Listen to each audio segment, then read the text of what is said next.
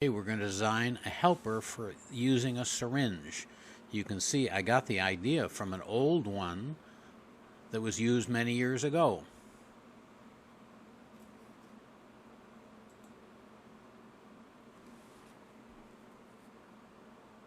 Okay, we'll design the syringe helper. I've made some measurements. I'll show you what I did. Measured the diameter. I'm seeing 1750, so I'll make it a little bit bigger. And you can see I've already entered it on the screen at 1790.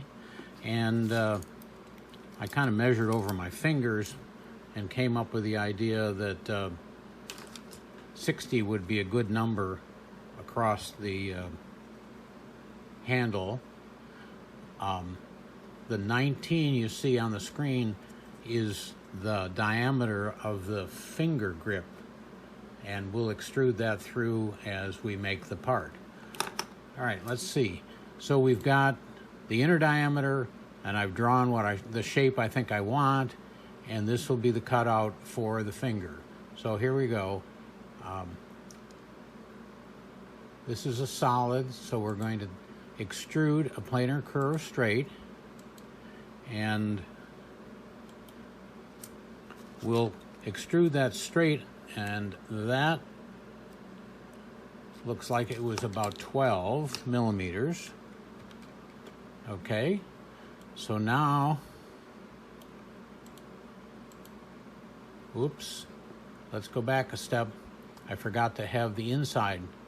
Well, let's leave it like this. I can do this a second way. Okay, let's just render that and make sure, see, it is a solid all the way around.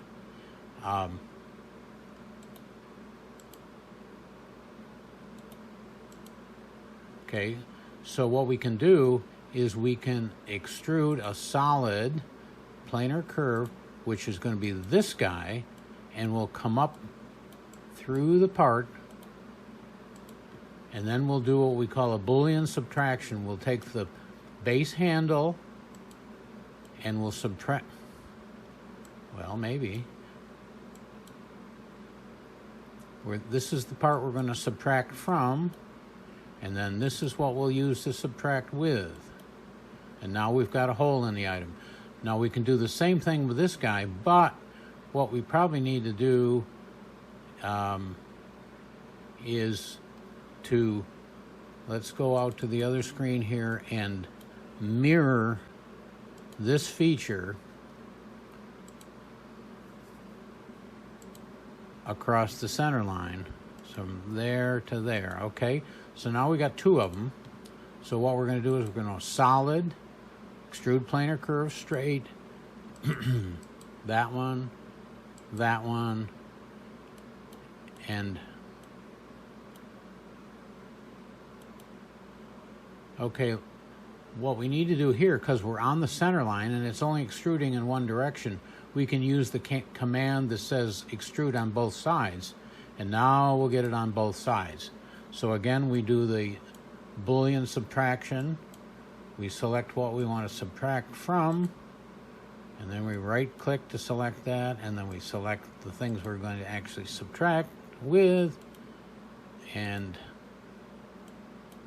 oops, what did I do? Let's do it again. Surfaces or polysurfaces subtract from.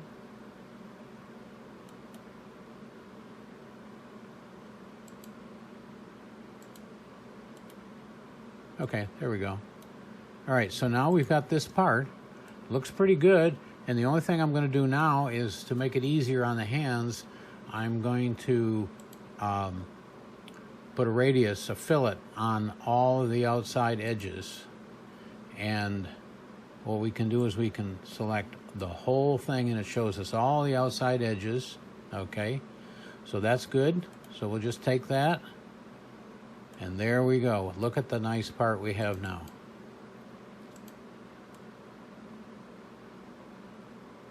And that's ready. So all we have to do is go File, Export Selected. We'd select what we want to export. We click, and we want it to be a STL Okay, and we give it a name.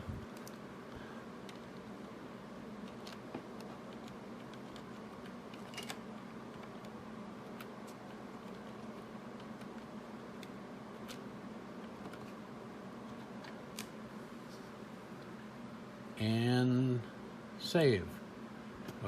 Okay, and we have to select the resolution that we want.